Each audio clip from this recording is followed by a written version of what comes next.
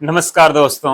आज हम बात करने वाले हैं एक ऐसे इंसान की जिसने हमारे खाने के तरीकों को बदल कर रख दिया। सोचिए, जब भी हमें भूख लगती है और हम जोमेटो ऐप खोलते हैं, कुछ ही मिनटों में खाना हमारे दरवाजे पर पहुंच जाता है। क्या आपने कभी सोचा है इस ऐप के पीछे कौन है?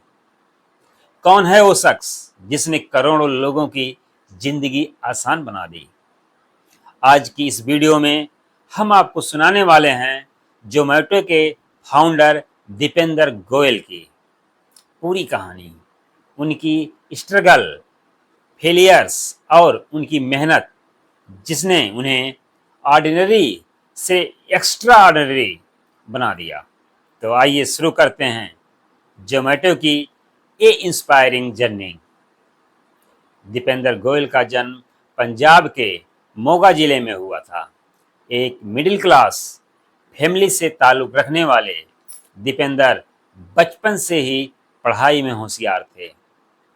घर का माहौल साधारण था, लेकिन उनके अंदर बड़े सपने थे। स्कूल खत्म होने के बाद उन्होंने आईआईटी दिल्ली में एडमिशन लिया और वहाँ से मैथमेटिक्स और कंप्यूटिंग में ग्रेजुएशन किया।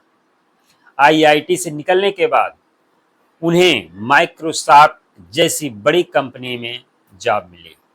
वहाँ सैलरी भी अच्छी थी और करियर भी सिक्योर था, लेकिन दीपेंद्र का मन जॉब में नहीं लगता था, क्योंकि उनके मन में हमेशा एक सवाल घूमता रहता था, क्या मैं सिर्फ दूसरों के लिए काम करने आया हूँ या मुझे कुछ ऐसा करना चाहिए जिससे लाखों लोगों की जिंदगी आसान हो जाए। दीपेंद्र के दिमाग में जोमेटो का आइडिया अचानक नहीं आया। असल में हुआ ये कि जब वो जॉब कर रहे थे तो ऑफिस में लंच टाइम पर एक बड़ी समस्या आती थी। सब लोग खाना ऑर्डर करना चाहते थे, लेकिन किसी के पास मेनू कार्ड नहीं होता था। सब एक दूसरे से पूछते, मेनू कार्ड कहाँ है, और पूरा टाइम इसी में निकल जाता।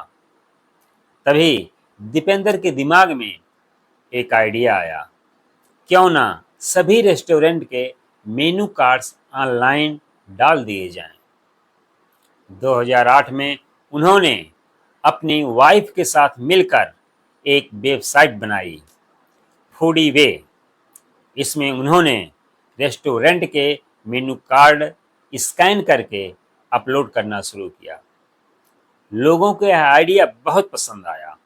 धीरे धीरे वेबसाइट फेमस होने लगी और हजारों लोग रोजाना इसका इस्तेमाल करने लगे। जैसे जैसे वेबसाइट पॉपुलर होने लगी, इन्वेस्टर्स का ध्यान भी इस पर गया। लेकिन एक प्रॉब्लम थी, नाम। फूडीवेरे नाम थोड़ा लंबा और कॉम्प्लेक्स था, इसीलिए दीपेंद्र और उनकी टीम ने नया नाम चुना, जोमेटो। जोमेटो छोटा भी था और याद रखना भी आसान था, और यही नाम धीरे धीरे हर घर में पहुंच गया। इसके बाद उन्होंने सिर्फ दिल्ली ही नहीं, बल्कि इंडिया के अलग अलग शहरों में रेस्टोरेंट को ऑन बोर्ड करना शुरू किया। दोस्तों, किसी भी स्टार्टअप की जर्नी हमेशा आसान नहीं होती। जोमेटो की शुरुआत अच्छी हुई, लेकिन 2015 से 2017 के बीच कंपनी को बहुत भारी नुकसान झेलना पड़ा। कई इन्वेस्टर्स ने कहा कि कंपनी ज़्यादा दिन नहीं टिकेगी। कॉम्पिटिटर्स जैसे स्विगी और उबर ईट्स ने भी मार्केट में एंट्री कर ली।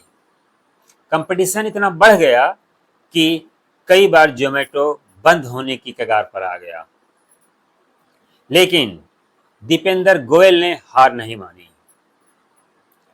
इन्वेस्टरों को कन्विंस किया, अपनी टीम को मोटिवेट किया और खुद मेहनत से लगे रहे।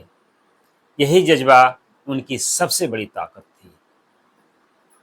2021 में जोमेटो ने एक ऐसा काम किया जिसने पूरे इंडिया को चौंका दिया। जोमेटो का आईपीओ आया और यह इंडिया का सबसे बड़ा टेक आईपीओ में से एक बन गया। लाखों लोगों ने इसमें इन्वेस्ट किया और जोमेटो अचानक हर न्यूज़ चैनल की हेडलाइन बन गया।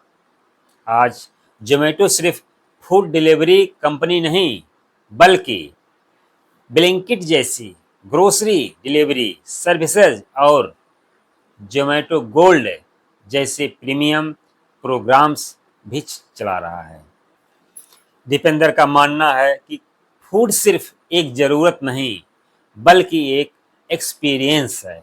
उनका विज़न है कि इंडिया का हर इंसान टेक्नोलॉजी के ज़रिए आसानी से खाना मंगा सके। भविष्य में जोमेटो ड्रोन डिलीवरी और एआई बेस्ड स्मार्ट सिस्टम पर भी काम कर रहा है। दीपेंद्र सिर्फ पैसा कमाना नहीं चाहते, बल्कि लोगों की ज़िंदगी आसान बनाना चाहते हैं। दोस्तों, दीपेंद्र गोयल की कहानी हमें यह सिखाती है कि बड़ा बनने के लिए ज़रूरी नहीं कि आप बड़े शहर से हों या आपके पास बहुत पैसा हो। ज़रूरी है आपके पास एक प्रॉब्लम सॉल्विंग आइडिया हो और उसे पूरा करने का जज्बा हो। तो अगली बार आप जोमेटो से खाना ऑर्डर करें, याद रखिए कि इसके पीछे एक साधारण मिडिल क्लास लड़के की मेहनत और लगन छुपी है। क्या आपको लगता है जोमेटो आने वाले सालों में दुनिया की सबसे बड़ी फूड टेक कंपनी बन सकती है? और अगर आपको मौका मिले तो आप किस प्रॉब्लम को सॉल्व करने के लिए अपना स्टार्टअप शुरू करेंगे? नीचे कमेंट करके ज़रूर बताएं। धन्यवाद।